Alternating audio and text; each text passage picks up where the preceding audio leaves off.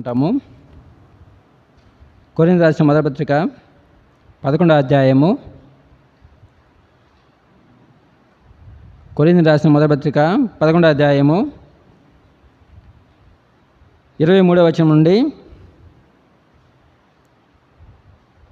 26వ వచనం వరకు కలిసి చదువుకుందాము. కొరింథీయులకు రాసిన మొదటి పత్రిక 11వ అధ్యాయము 23వ వచనం నుండి 26వ వచనం గల లేఖన భాగాన్ని కలిసి చదువుకున్నాము. నేను మీకు అప్పగించిన దాన్ని ప్రభు వలన పొందితిని. ప్రభువైన యేసు తాను అప్పగింపబడిన రాత్రి ఒక రొట్టెను ఎత్తుకొని కృతజ్ఞతాస్తుతులు చెల్లించి దాన్ని విరిచి, ఇది మీ కొరకైన నా శరీరము, నన్ను జ్ఞాపకము చేసుకొనికై దీన్ని చేయడని చెప్పాను. ఆ ప్రకారమే భోజనమైన పిమ్మట ఆయన పాత్రను ఎత్తుకొని, ఈ పాత్ర నా రక్తం వలన క్రొత్త నిబంధన, మీరు దీనిలోని త్రాగునప్పుడల్లా నన్ను జ్ఞాపకము చేసుకొనికై దీన్ని చేయడని చెప్పాను. మీరు ఈ రొట్టెని తిని ఈ పాత్రలోని త్రాగునప్పుడల్లా ప్రభు వచ్చే వరకు ఆయన మరణమును ప్రచురించను. ప్రభు సాయం కొరకు ప్రార్థన చేసుకుందాం.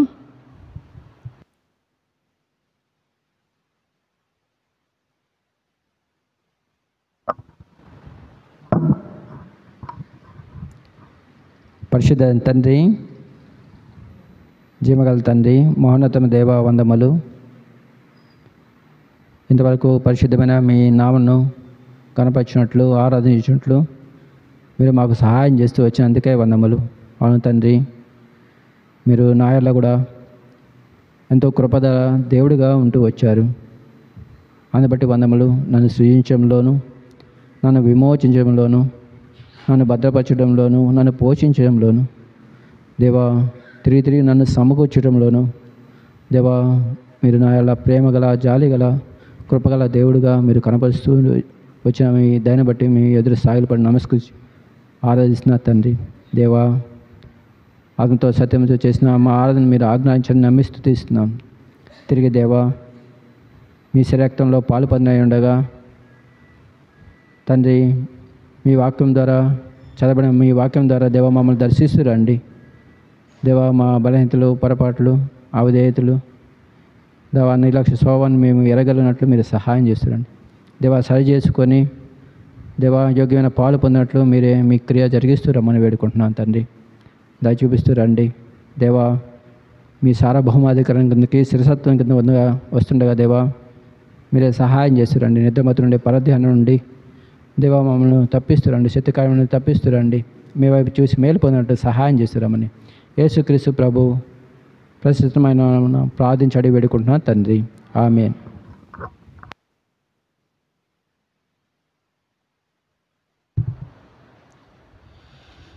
చదవబడిన లేఖన భాగం చూసినట్లయితే కొరింథీయులకు రాసిన మొదటి పత్రిక 11వ అధ్యాయంలో 23వ వచనం నుండి 26వ వచనం వరకు గల లేఖన మనం చూస్తూ వచ్చాము. నా జ్ఞాపకం ఉంది, గత దినాల్లో కూడా ఈ వాక్య బాణాన్ని మనము ధ్యానించిన వారిగా ఉన్నారని నాకు జ్ఞాపకం ఉంది. అయితే ఆ విషయాలు మరొకసారి నేను జ్ఞాపకం చేస్తాను. మొదటగా చూసినట్లయితే అపోస్తలుడైన పౌలు కొరింథీయులకి కొన్ని విషయాలు స్పష్టం చేస్తూ ఉన్నాడు.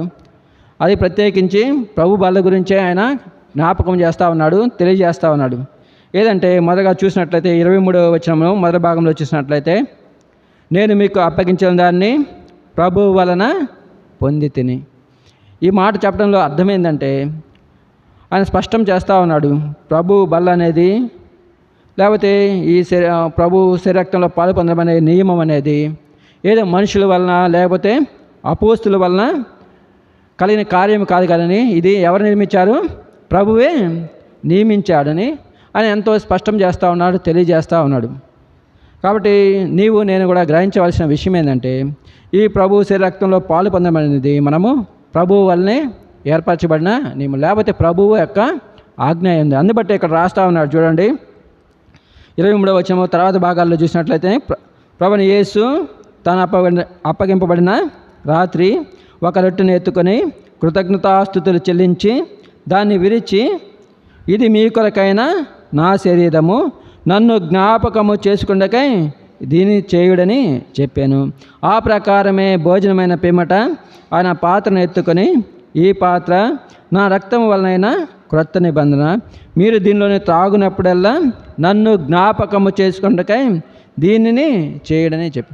ఎవరు చెప్తా ఉన్నారు ఈ మాటలు? ప్రభువే తానే స్వయముగా ఈ మాటలు చెప్తా ఉన్నాడు. అదేంది ఇక్కడ అపోస్తలుడైన పౌలు కదా కొద్దిగా చెప్తా ఉన్నాడు కానీ మనం అనుకోవచ్చు. అందుబట్టే చూడండి, మత్తయి సువార్తలో సాక్షాత్ ప్రభు చెప్పిన సందర్భం చూడండి. మత్తయి సువార్త 26వ అధ్యాయము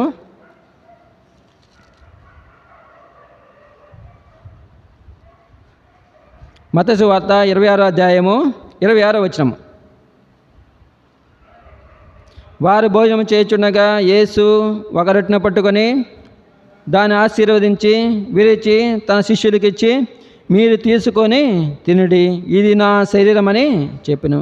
మరియు ఆయన గిన్నెను పట్టుకొని కృతజ్ఞతాస్తుతులు చెల్లించి వారికిచ్చి, దీనిలోనిది మీరందరూ త్రాగుడి, ఇది నా రక్తము, అనగా పాప క్షమాపణ నిమిత్తము అనేకుల కొరకు చిందింపబడుచున్న నిబంధన రక్తం. ఎవరు ఈ మాటలు చెప్తుంది? ప్రభువైన యేసుక్రీస్తు వారే స్వయముగా ఈ మాటలు చెప్తాను. నిజముగా నీవు నేను ఎందుని బట్టి ఆ ప్రభు బలలో ప్రభు శరీరక్తంలో పాలు పొందుతున్నామంటే ప్రభువు నియమించిన ఆజ్ఞ. ప్రభువే యేసుక్రీస్తు వారే ఈ మాట చెప్తూ వచ్చాడు. ఆయనే ఈ కార్యము చేయమని చెప్తున్నారు కాబట్టి మనము ఆచరిస్తున్నాం. ప్రభు ఆజ్ఞని మనము శిరసావహిస్తున్నాం. కాబట్టి ఎందుని బట్టి నీవు ఈ శరీరక్తంలో పాలు పొందుతున్నామంటే మనం ఎంతో ధైర్యంగా ఎంతో స్పష్టంగా చెప్పు, నా ప్రభు నాకు ఆజ్ఞాపించాడు కాబట్టి నేను ఇలాగూ చేయుచున్నామని నీవు నేను చెప్పు. అయితే అడగవచ్చు ఎవరైనా, ఈ ప్రభు శరీరక్తంలో పాల్పొందంటే నీ నా జీవితంలో కలిగే మేలేందని ఎవరైనా అడిగితే, లేకపోతే నీకు నేను తెలుసుకోగలిగితే చూడండి, యోహాను సువార్త 6వ అధ్యాయము 54వ వచనం. నా శరీరము తిని నా రక్తము త్రాగువాడే నిత్య జీవము గలవాడు, అంత్య దినమున నేను వానిని ఎవరు ఈ మాటలు చెప్తా ఉంది? ప్రభువైన యేసుక్రీస్తు వారే స్వయముగా ఈ మాటలు చెప్తా ఆయన తెలియజేస్తూ ఉన్నాడు. నా శరీరము తిని నా రక్తము త్రాగువాడే నిత్య జీవము గలవాడు, అంత్య దినమున నేను వానిని నిజముగా ఆ ప్రభు శరీరక్తంలో మనము పాలు పొందడం వల్ల మన జీవితంలో కలిగే మేలు లేకపోతే ఆశీర్వాదం ఏంటంటే ప్రభువే తానే సెలవిస్తూ వచ్చాడు. మనము నిత్య జీవం అనే వరమును పొందే వారముగా ఉంటాం. అంత మాత్రమే కాదు కానీ ప్రభు ప్రత్యక్షమైనప్పుడు ఆ రాజ్యంలో కొనిపోబడే ప్రజల్లో మనము కూడా ఉండే వారముగా ఉంటాం. ఈ గ్రహింపు కలిగిన వారమై మనము ఆ ప్రభు శరీరక్తంలో పాలు పొందాలి. నిజముగా ఎందుని బట్టి నీవు పాలు పొందాలంటే ఇది ప్రభు యొక్క ఆజ్ఞ. అలాగూ ఆ ఆజ్ఞను మనము శిరసావహిస్తే మన జీవితంలో కలిగే మేలు ఏంటంటే నిత్య జీవం అనే వరము పొందే వారముగా ఉంటాం. ప్రియ సహోదరి సహోదరా, ఇంకా ఎవరైనా ఈ కార్యంలో మీరు పాలు పొందకుంటే, దీనిలో మీరు ఇంకను ప్రభు శరీరక్తంలో పాలు పొందే స్థితిలోకి మీరు రాకపోతే ప్రభు పేరట మనం చేస్తున్నాము. నీవు ఇప్పుడైనా ప్రభునందు విశ్వాసం ఉంచు, సొంత రక్షకుడిగా అంగీకరించు, నీ రక్షణకు సాక్ష్యంగా బాప్తీసంలో నువ్వు సాక్ష్యం ఇవ్వు. ఆ తర్వాత ప్రభు శరీరక్తంలో నీవు స్వేచ్ఛగా లేకపోతే సంతోషంగా పాలు పొందితే నిత్య జీవం అనే వరము వస్తుంది. ఎవరో ఇంకా రక్షణ పొందలేదు, మీరు ప్రభు ప్రేమను బట్టి బతిమాలుచున్నావు. ఈ మాటలు వింటున్న నీవు రక్షించడానికే దేవుడు ఉద్దేశించినాడు కాబట్టి ఈ మాటలు నువ్వు గ్రహించు. ఇప్పుడైనా రక్షణ పొందు, ప్రభు శరీరక్తంలో పాలు పొందే స్థాయిలోకి లేకపోతే అంత విశ్వాసంలోకి నీవు వచ్చినట్లయితే నిజముగా నీవు కూడా నిత్య జీవం అనే వరమును పొందేవారిగా ఉంటావు. లూకాసు వార్తలో 7వ అధ్యాయంలో చూడండి, ఒక మాట రాయబడతా ఉంది. లూకాసు వార్త 7వ అధ్యాయము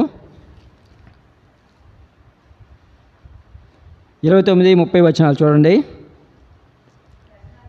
ప్రజలందరినూ సుంకరులను యోహాను బోధ విని అతడిచ్చిన బాప్తీసం పొందిన వారే దేవుడు న్యాయవంతుడని ఒప్పుకొనిది కానీ పరిసయ్యులను ధర్మశాస్త్రోపదేశకులను అతని చేత బాప్తీసము పొందక తమ విషయమైన దేవుని సంకల్పమును నిరాకరించారు. ఇక్కడ ఎవరి గురించి రాయబడతా ఉందంటే పరిసయ్యులు ధర్మశాస్త్రోపదేశకులే గురించి రాయబడతా ఉంది.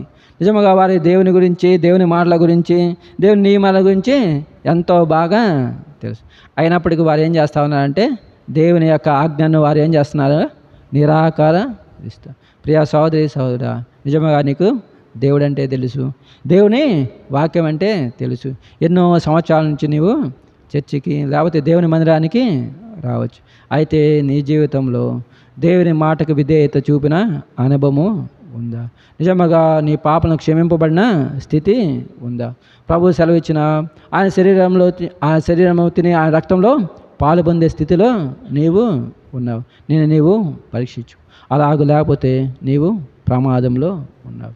నిజముగా అక్కడ రాయబడతా ఉంది. వారు ఏం చేస్తావచ్చు అంటే దేవుని ఆజ్ఞ, దేవుని చిత్తమనే వారు నిరాకరించిన వారిగా ఉంటారు. ప్రియ సహోదరి సహోదరా, నీ జీవితంలో ఇలాగ ఉండకూడదని ప్రభు పేరట మనవి చేయదు.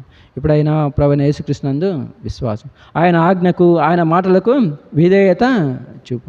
ఎంతో సులువైన మార్గము. దేవా నేను పాపిని, నన్ను క్షమించమంటే దేవుడు నిన్ను క్షమిస్తాడు. ప్రభు ప్రజల్లో చేరే గొప్ప ఆధిక్యత దేవుడు ఇస్తాడు. అయితే ప్రభుకు స్తోత్రము. మనలో అనేక మంది ఇలాగూ ప్రభునందు విశ్వాసం ఉంచి ఆయన శరీరక్తంలో పాలు పొందే అనుభవంలోకి వచ్చును. అయితే నీకు నాకు నియమింపబడిన పని లేకపోతే దేవుని మరొక ఆజ్ఞ ఏందని చూడండి. కొరింథీయులకు రాసిన మొదటి పత్రిక 11వ అధ్యాయము 26వ వచనము. మీరు ఈ రొట్టెని తిని ఈ పాత్రలోని త్రాగునప్పుడల్లా ప్రభువు వచ్చే వరకు ఆయన మరణమును ప్రచురించుదురు. ప్రియ సహోదరి సహోదరా, చదువుతున్న లేఖన భాగం మనకి బాగా అర్థమవుతూ ఉంది. నిజంగా ప్రతి వారం మనం ఏం చేస్తున్నాము? వస్తున్నాము, నిజంగా దేవుని గణపరుస్తున్నాము, ఆరాధిస్తున్నాము, ప్రభు శరీరక్తంలో పాలు పొందాం. అయితే నీకు నాకు నియమింపబడిన పని ఇక్కడ కనబడతా ఉంది, చెప్పబడతా ఉంది. మీరు ఈ రొట్టెని తిని ఈ పాత్రలోనిది త్రాగునప్పుడల్లా ఏం చేయాలంట? ఏం చేయాలి? ఆయన మరణమని రాయబడతా వచ్చింది. మరణం మాత్రమే కాదు కానీ లూకాసు వార్త 24వ అధ్యాయంలో, లూకాసు వార్త 24వ అధ్యాయము 46వ వచనం నుండి 48వ వచనం వరకు గల లేఖన భాగం చదువుకుందాము. చూడండి, లూకాసు వార్త 24వ అధ్యాయము 46వ వచనం నుండి 48వ వచనం వరకు చదవండి. క్రీస్తు శ్రమపడి 3వ దినమున మృతులలో నుండి లేచిననియు యెరూషలేము మొదలుకొని సమస్త జనములలో ఆయన పేరిట మారు మనస్సును పాపక్షమాపణయు ప్రకటింపబడియు వ్రాయబడి ఉన్నది. ఈ సంగతులకు మీరే సాక్షి. నిజంగా మనము దేని గురించి ప్రకటించాలి? ఇక్కడ కొరింథీయులకు రాసిన పత్రికలో మరణమని రాయబడతా ఉంది. కానీ మరణం మాత్రమే కాదు, ఇక్కడ అనేక విషయాలు రాయబడతా ఉంది. క్రీస్తు శ్రమపడి అంటే ప్రభువైన యేసుక్రీస్తు వారు మన పాపల కొరకు కలువరి శిలువలో శ్రమపడి మరణించారని, అంత మాత్రమే కాదు ఆయన సమాధి చేయబడ్డాడని ఇంకా రాయబడుతుంది. 3వ దినాన మృతుల్లో నుండి లేచిననియు ఇంకను రాయబడతా ఉంది. యెరూషలేము మొదలుకొని సమస్త జనములలో ఆయన పేరట మారు మనస్సును పాపక్షమాపణ కలుగునని నీవు నేను ప్రకటింపబడు. నిజముగా దేవుని సువార్త మనము ప్రకటన చేసేవారిగా ఉన్నారు. ప్రియ సహోదరి సహోదరుడా, ప్రభు శరీరక్తంలో పాలు పొందుతున్న నీ నా మీద ఉంచబడిన ఈ బాధ్యతలో మనం ఎంతవరకు నెరవేరుస్తున్నాం? నిజముగా మనము సువార్త చేసేవారంగా ఉన్నాం. అపొస్తలుల కార్యంలో ఒక మాట ఉంది, చూడండి. అపొస్తలుల కార్యములో 16వ అధ్యాయము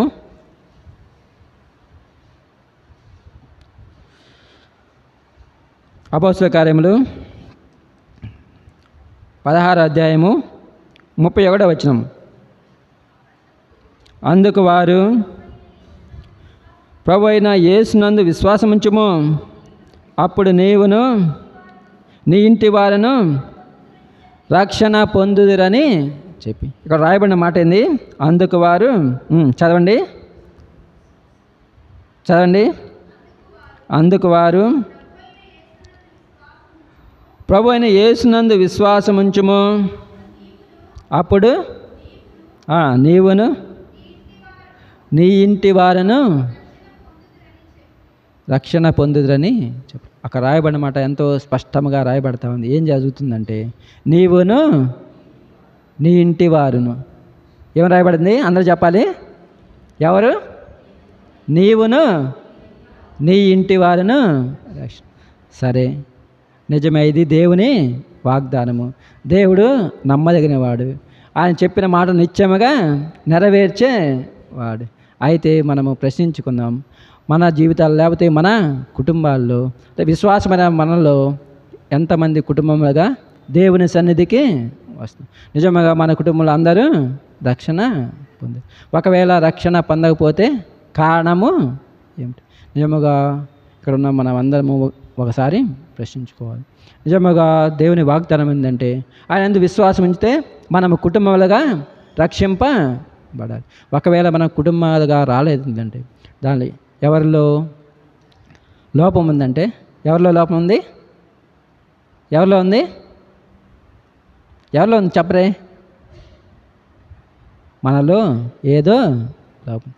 ఒక వ్యక్తిని జ్ఞాపకం చేస్తాను చూడండి. యెహోషువ గ్రంథము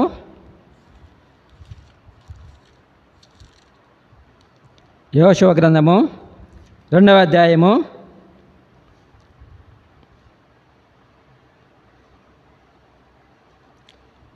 2వ అధ్యాయము 12-13 వచనాలు చదవండి. నేను మీకు ఉపకారం చేసిన కనుక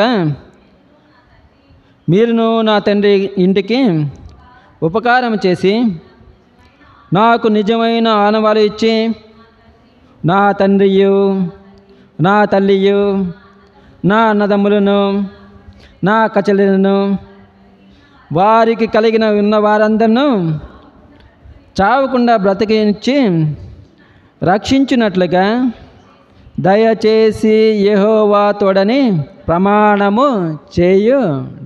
ఎవరి మాట చెప్తుంది? రాహాబు ఈ మాటలు చెప్తుంది. నిజముగా ఆమె యొక్క విశ్వాసం లేకపోతే ఆమె యొక్క పట్టింపు, వారి కుటుంబం ఎలా ఉన్న ప్రేమ చూడండి. ఎవరెవరి గురించి చెప్తా ఉందంటే ఇక్కడ రాయబడతా ఉంది, నా తండ్రియు నా తల్లియు నా అన్నదమ్ములను నా అక్క చెల్లెలను వారికి కలిగిన వారందరూ. ప్రియ సోదరి సోదరుడా, ఇలాంటి ఆలోచన, ఇలాంటి పట్టింపు నా జీవితంలో ఉందా లేదా అని మనము గ్రహించు. నిజంగా ఆమె దేవుడు నిత్యముగా యెరికోను ఇశ్రాయేల్ చేతికి అప్పగించాలని ఆమె నమ్ముతూ వచ్చింది. ఎంతగా నమ్ముతూ వచ్చిందంటే ఆమె ముందరగానే వారు స్వాధీనపరచక పూర్వమే ఈ మాటలు చెబుతుంది. నిత్యముగా దేవుడు మీకు ఈ దేశాన్ని మీకు అనుగ్రహిస్తాడు. మీరు ఈ దేశమునకు వచ్చినప్పుడు నన్ను, నా తండ్రి ఇంటి వారిని, నా తల్లి ఇంటి వారిని, నా అన్నదమ్ములు అక్క చెల్లెలు వారి కలిగిన అందరినీ రక్షించమని ఆమె వేడుకుంటూ వస్తూ ఉంది. నిజముగా అలాగూ ఆమె నిజముగా రక్షించుకుంటూ వచ్చింది. ప్రియ సోదరి సోదరుడా, ఆమె అలాగూ ఆ గ్రహింపు కలిగి వారందరినీ రక్షించుకున్నప్పుడు మనం కూడా ఈ విషయాలు తెలుసు. ఏంటంటే ప్రభువైన యేసుక్రీస్తు వారు నిత్యముగా భూమి మీదకి తిరిగి రానయ్యున్నారని, ఎవరైతే రక్షణ పొందారో లేకపోతే ఆయన యందు విశ్వాసం ఉంచారో వారిని పరలోకంలోకి తీసుకువెళ్తాను.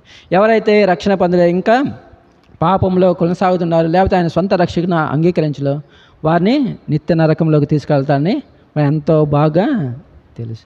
ఈ విషయాలు తెలిసి నీవు నేను మన కుటుంబాల గురించి ఆమె వలె, ఆ రాహాబు వలె పట్టింపు కలిగి ఉన్నాం. ప్రియ సోదరి సోదరుడా, నిజముగా ప్రభు యొక్క ప్రత్యక్షత ఎంతో నిత్యము. నిజముగా చెప్పబడుతూ ఉన్నాయి. ఆ దినాలు ఎంతో సమీపముగా ఉన్నాయి.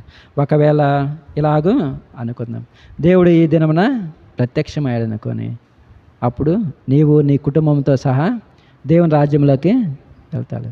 ఒకవేళ అలాగూ జరగకపోతే, ఎవరైతే మీ కుటుంబంలో రక్షణ పొందలేదో వారి స్థితి ఏమిటి? వారు నశించడానికి కారణం ఏంటి? నిజముగా నీ విశ్వాసము ఎలాగుంది? ఆయనకు నమ్మిన నీవు, నిజముగా ఆయన రక్షుడని ఎరిగిన నీవు ఈ సువార్త పని చేస్తూ ఉన్నావు. మనం ఆలోచించినట్లయితే ఆ రాహాబు ఎలాగూ వాళ్ళ కుటుంబాన్ని తన ఇంటిలో చేర్చుకున్న మనకి తెలియదు. నిజంగా ఆమె ఏ విధంగా వారికి తెలియజేసిందో వారందరినీ సమకూరుస్తూ వచ్చింది. ఎప్పుడైతే ఇశ్రాయేలీయులు ఆ యెరికోకు దగ్గరకు వస్తూ వచ్చారో రహాబు కుటుంబం వాళ్ళందరూ ఏం జరుగుతూ వచ్చింది, ఆమె ఇంటిలో చేర్చబడుతూ వచ్చారు. ఆమె ఎంతగా ప్రయాసపడిందో, లేకపోతే ఎంతగా బతిమలాడుకున్నదో, లేకపోతే ఎంతగా ప్రార్థన చేసిందో మనకు తెలియదు. కానీ అయితే వారి ఇంటి కుటుంబం వారందరినీ రక్షించుకొనుకుంటూ వచ్చింది. నిజముగా నీవు నేను ఇలాగూ పట్టింపు కలిగి ఉన్నావు. ఇలాంటి విశ్వాస సంబంధమైన క్రియ నా జీవితంలో జరుగుతూ ఉందా? నిజముగా ప్రభునందు విశ్వాసం ఉంచావు, ఆ విశ్వాసము నీతోనే ఆగిపోతుంది. ఒక మాట రాయబడతా ఉంది చూడండి, తిమోతి రాసిన రెండవ పత్రిక తిమోతి రాసిన రెండవ పత్రిక మొదటి అధ్యాయము,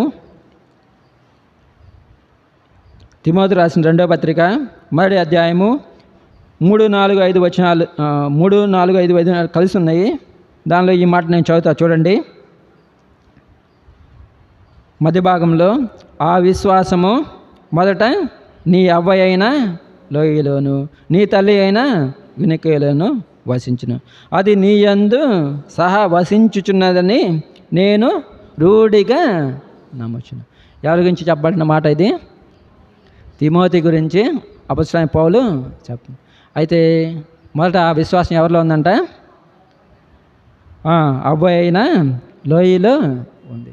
ఆ విశ్వాసం ఎట్లా ఆ తర్వాత ఎవరిలోకి ప్రవేశించింది? తల్లి అయిన యునికేలోకి. ఎలాగ ఈ విశ్వాసము అలాగ జరుగుతూ ఉందంటే, నిజముగా లోయి చెప్పి ఉండొచ్చు, దేవుని మాటలు ఆమెకు ఎంతో బోధించి ఉండొచ్చు. అమ్మ నిజముగా దేవుడు ఉన్నాడు, ఆయనే రక్షకుడు, ఆయన యందు విశ్వాసం ఉంచు అని చెప్పుంటుంది. అలాగా ఆ విశ్వాసం తర్వాత లోయలో నుంచి తర్వాత ఎవరిలోకి వచ్చింది? యునికేలోకి వచ్చి, యునికే కూడా ఏం చేస్తూ వచ్చింది? అదే విశ్వాసాన్ని, లేకపోతే అదే విశ్వాస సంబంధమైన మాటలను తిమోతికి బోధిస్తూ వచ్చింది. కాబట్టే తిమోతి ఆ వాక్యాన్ని నమ్ముతూ ఉంటాడు. అంత మాత్రమే కాదు, కానీ రాయబడతా ఉంది తిమోతి గురించి చూడండి. తిమోతి రాసిన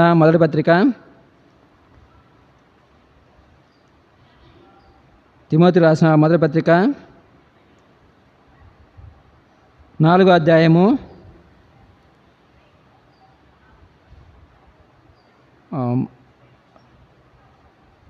'నీవు చిన్నతనం నుండే ఈ విషయాలు ఎరుగుదువని' ఆ మాట ఉంటుంది చూడండి.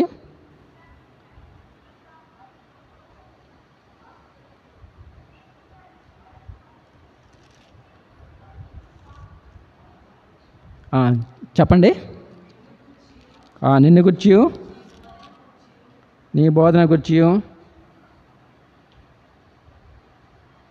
సరే, ఈ మాట రాయబడతా ఉంది ఏంటంటే, తిమోతి చిన్నతనం నుండే నీవు ఎరుగుదు అంటే, తిమోతికి చిన్నతనం నుంచే తన తల్లి చెప్తా వచ్చింది దేవుని మాటల గురించి. అంత మాత్రమే కాదు, కానీ తిమోతికి దేవుని వాక్యము చదవటము నేర్పిస్తూ వచ్చింది. ఆ తర్వాత నిజముగా తిమోతి గొప్ప శిష్యుడిగా ఎదుగుతూ వచ్చింది. ఈ మాటలు ఎందుకు జ్ఞాపకం చేయబడతా ఉందంటే, ఆ విశ్వాసము నిజముగా మన కుటుంబ సభ్యుల్లో ప్రవహిస్తుందా? అదే విశ్వాసము, మనం ఏదైతే విశ్వాసం ఉంచి రక్షణ పొందుతూ వచ్చామో ఆ విశ్వాసం మన కుటుంబ సభ్యుల్లోకి ప్రవహిస్తుందా లేదా? అలాగే మనము విశ్వాస సంబంధమైన కార్యము మన కుటుంబంలో జరిగినట్లుగా మనము ప్రార్థిస్తున్నామా లేదా, ప్రయాస పడుతున్నామా లేదా మనం పరీక్షించుకోవాలి. అందుని బట్టి రాయబడతా వచ్చింది ఏమంటే, ఈ రొట్టెని తిని ఈ పాత్రలోనిది త్రాగునప్పుడల్లా ప్రభువు వచ్చే వరకు ఆయన మరణం లేకపోతే ఆయన సువార్తను ప్రకటించే వారిగా ఉండాలి. ప్రియ సహోదరి సహోదరా, నిజంగా ఈ సువార్త పనులు మనము చేస్తున్నామా? మొదలుగా చూస్తూ వచ్చాము మన కుటుంబంలో నీ నా జీవితాల్లో ప్రారంభమైన క్రియ మన కుటుంబ సభ్యుల్లో కూడా జరుగుతూ రావాలి. ఇంకా రాయబడతా ఉంది చూడండి, యోహాను సువార్త 4వ అధ్యాయంలో, యోహాను సువార్త 4వ అధ్యాయము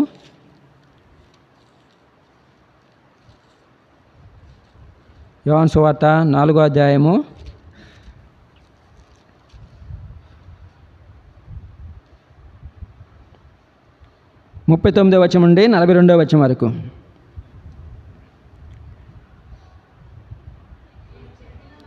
నేను చేసినవన్నీ నాతో చెప్పినని సాక్ష్యం ఇచ్చిన స్త్రీ యొక్క మాటను బట్టి ఆ ఊరిలోని సమరయులు అనేకులు ఆయన యందు విశ్వాసం ఉంచిరి. ఆ సమరయులు ఆయన యొద్దకు వచ్చి తమ యొద్ద ఉండమని ఆయన్ను వేడుకొని గనుక ఆయన అక్కడ 2 దినములు ఉండెను. ఆయన మాటలు విన్నందున ఇంకను అనేకులు నమ్మి ఆ స్త్రీని చూచి, ఇక మీదట నీవు చెప్పిన మాటను బట్టి కాక మా మట్టుకు మేము విని ఈయన నిజముగా లోకరక్షకుడని తెలుసుకొని నమ్ముచున్నామను అని. ఎవరు వీరు? సమరయులు. నిజముగా అక్కడ జరిగిన సంగతి తెలుసు. సుకారను గ్రామము. ఆ గ్రామంలో ఒక సమరయ స్త్రీ. ఆమె దేవుని మొదటగా ఎరుగుతూ వచ్చింది. ఆమె ఎరిగిన తర్వాత లేకపోతే తెలుసుకున్న తర్వాత ఆయనే రక్షకుడని తెలిసిన తర్వాత ఆమె చేసిన పని ఏంటంటే చూడండి, 28వ వచనంలో 28, 29 వచనాలు.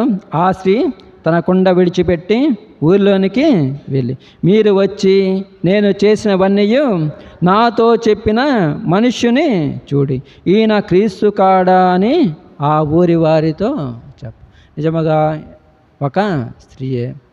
మరి చదువుకుందో చదువుకోలేదో ఏ విషయాలు అక్కడ మనకు తెలియదు, కానీ ఆమె ఒక సమరయ స్త్రీ. నిజంగా ఎంతో సాధారణమైన స్త్రీ. అయితే ఆమె దేవుని ఎరిగిన తర్వాత ఆ విషయము ఆ ఊరంద వారికి చెప్తా ఉంది. నిజంగా ఆమె చెప్పిన సంగతి ఏంటంటే తన జీవితము గురించి దేవుడు చెప్పిన సంగతుల్ని చెప్తా వచ్చింది. నిజముగా నేను ఇంతకుముందు ఇలాగూ ఉన్నాను. అది ఎంతో రహస్యమైన సంగతి, ఎవరికి తెలియదు. అయితే ఈయన ఆ విషయాలన్నీ తేడతెల్లము చేస్తూ వచ్చాడు. కాబట్టి ఈయన దేవుడని నేను నమ్ముతున్నానని ఆమె తన సొంత సాక్ష్యము చెప్తా ఉంది. ఆ గ్రామస్తులకి తెలియజేస్తూ ఉంది. వారు అప్పటి వరకు ఇలాగూ జరిగిద్దని, ఇలాగ ఉందని స్త్రీ తెలియదేమో. వారు ఆ మాట చెప్పగానే వారు కూడా విశ్వాసం ఉంచి అనేకులు యేసు ప్రభు దగ్గరికి వస్తూ వచ్చి ఇక్కడ రాయబడతా వచ్చింది. ఆమె ఇచ్చిన సాక్ష్యం బట్టి అనేకులు ఏం చేస్తూ ఉన్నారంట? దేవుని యందు విశ్వాసం. అంత మాత్రమే కాదు, కానీ వారు దేవుని యందు విశ్వాసం ఉంచి యేసుక్రీస్తు ప్రభు అని తమతో ఉండమని 2 రోజులు ఉండమని వేడుకున్నారు. ఎప్పుడైతే యేసుక్రీస్తు ప్రభు దయగల మాటలు చెప్తా వచ్చాడో వారు అప్పుడు ఇంకనూ విశ్వాసంలోకి ఎదుగుతూ వచ్చారు. అందుని బట్టి ఇక్కడ చివరిగా ఈ మాట అంటున్నారు, మా మటుకు మేము విని ఈయన నిజముగా లోకరక్షకుడని తెలుసుకొని నమ్ముచున్నామని. ప్రియ సహోదరి సహోదరా, ఈ మాటలు ఎందుకు తెలియజేయబడతా ఉన్నాయంటే నిజముగా మనము సువార్త చేసినప్పుడు దేవుడు నిత్యమ కార్యము జరిగించేవాడు. అయితే ఆ సువార్త లేకపోతే నీ సాక్ష్యము ఎంతో సత్యమైనదిగా ఉండాలి. అలాగా నీ జీవితంలో జరిగిన సంగతులు నీవు ఇతరులతో పంచుకున్నప్పుడు దేవుడే తన కార్యమును జరిగించేవాడిగా ఉండాలి. ప్రియ సహోదరి సహోదరా, ప్రభు శ్రీ రక్తంలో పాలు పొందిన మనము నిజముగా ఈ సువార్త పని చేస్తున్నామా లేదు? మొదటగా నీలో ప్రారంభమైన కార్యము నీ కుటుంబస్తుల్లో జరుగుతుందా లేదా?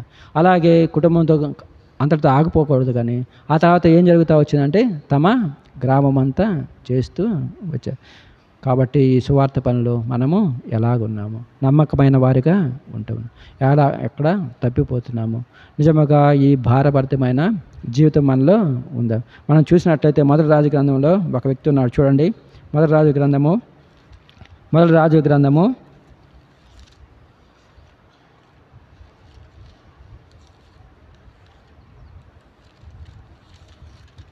18వ అధ్యాయము మొదటి రాజు గ్రంథము 18వ అధ్యాయము 37వ వచనం.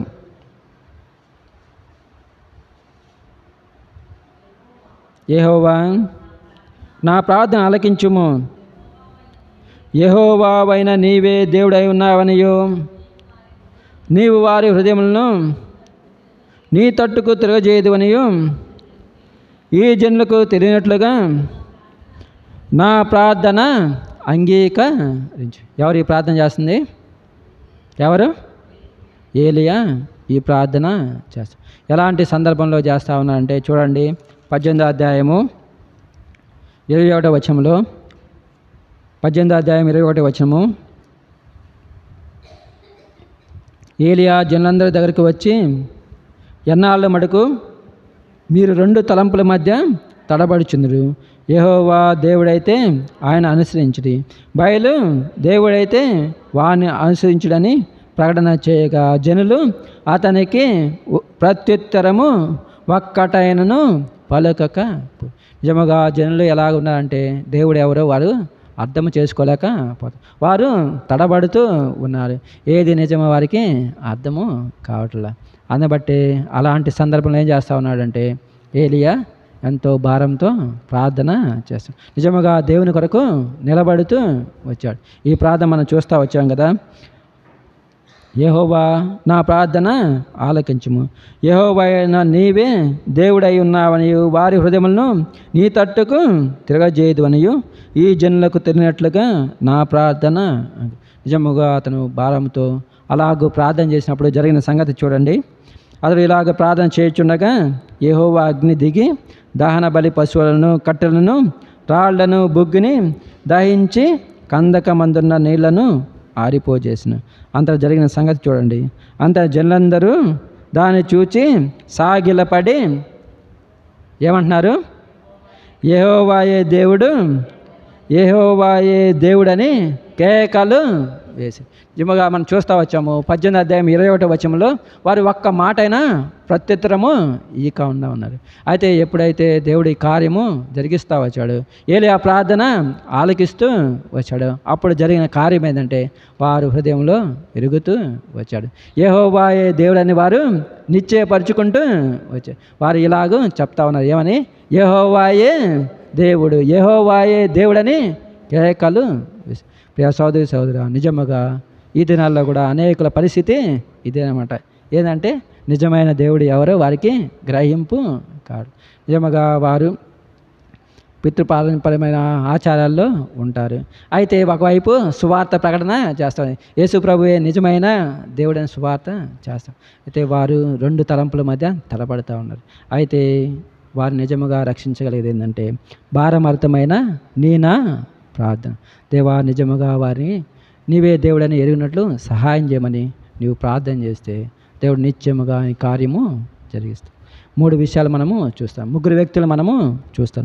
ఒకరైతే తమ కుటుంబం కొరకు నిజమైన విశ్వాసమైన క్రియ జరిగించిన ఆ రాహాబును చూస్తాం. నిజముగా ఆమె విశ్వాసంతో వారిని తమ కుటుంబాలందరినీ తన ఇంటిలోకి సమకూర్చగలుగుతూ వచ్చి. రెండవదిగా చూస్తూ వచ్చాము సత్యమైన సాక్ష్యం ఇస్తూ వచ్చిన ఆ సమరయ స్త్రీ. ఆమె ఇచ్చిన నిజమైన సాక్ష్యాన్ని బట్టి అనేకులు దేవుని యందు విశ్వాసం. మూడవదిగా చూస్తూ వచ్చాము ఆ ఊరు రక్షింపబడుతూ వచ్చింది. మూడవదిగా చూస్తూ వచ్చాము ఏలియా యొక్క భారభరితమైన ప్రార్థన. ఆ ప్రార్థన వల్ల దేశంలోనే ఎంతో క్రియ జరుగుతూ వచ్చు. జనులందరూ యెహోవాయే దేవుడని ఎరగలుగుతూ వచ్చు. ప్రియ సహోదరి సహోదరుడా, ప్రభువైన యేసుక్రీస్తునందు విశ్వాసం ఉంచిన నీవు నా జీవితంలో ఈ బాధ్యత మన మీద మోపబడుతూ వచ్చింది. అందుని బట్టి రాయబడుతుంది, ఆ శరీరము తిని ఆ పాత్రలోని త్రాగినప్పుడల్లా ప్రభువు వచ్చే వరకు మనం ఏం చేయాలంటే సువార్త ప్రకటన చేయాలి. నిజముగా విశ్వాసమైన క్రియ మన జీవితంలో ఉండాలి. సత్యమైన సాక్ష్యము మనము తెలియజేసే వారిగా ఉండాలి. భారభరితమైన ప్రార్థన అనేకుల రక్షణార్థం మనము చేసేటట్లుగా ఉండాలి. అలా చేస్తే దేవుడు నిత్యముగా నమ్మదగిన దేవుడు. అనేకులు నా ద్వారా అనేకులను దేవుడు రక్షించేవాడిగా ఉంటాడు. ఈ విషయాల్లో మనము దేనిలో తప్పిపోతాం? నిజముగా విశ్వాసమైన క్రియ మన జీవితాల్లో కనబడుతున్నాయా? దేవుని యందు విశ్వాసం ఉంచాలని చెప్తున్నాం, కానీ నిజముగా ఆ విశ్వాసాన్ని మన పనుల్లో లేకపోతే మన కార్యాల్లో మన జీవితాల్లో చూపిస్తున్నాం లేదా? మనం పరీక్షించుకున్నాము, విమర్శించుకున్నాము. రెండవదిగా నిజముగా సువార్త ప్రకటనలో సత్యమైన సాక్ష్యము నీ జీవితంలో నా జీవితంలో దేవుడు జరిగిస్తున్న అద్భుత ఆశ్చర్యకార్యములు నిజముగా పాపం ఎట్లు రక్షించాడో మనము చెప్తున్నాము లేదా? మనము పరీక్ష. మూడవదిగా అనేకుల రక్షణార్థమై మనము ప్రార్థన చేస్తున్నాము లేదా? మనము విమర్శించుకున్నాం. ఈ విషయాల్లో తప్పిపోతే దేవుడి దగ్గర క్షమాపణ పొంది ఇక మీద ముందున్న జీవితాల్లో నిజముగా దేవుని కొరకై జీవించడానికి సువార్త ప్రకటన చేసేవారిగా మనము ఉండడానికి ప్రయత్నిద్దాం. మోకాళ్ళ మీదకి వద్దాము.